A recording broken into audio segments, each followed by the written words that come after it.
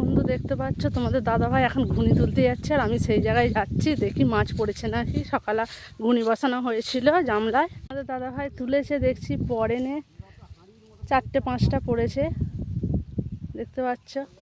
তো বন্ধু দেখতে পাচ্ছ তোমাদের দাদাভাই ঘুনি দিয়েছিল, তো কিচ্ছু পড়েনি, একটা তাঁত পোকাও পড়েনি, 4-5টা খালি খরসোনা মাছ পড়েছিল, তো ফেলে দিয়েছে। আর ঘুনি বসে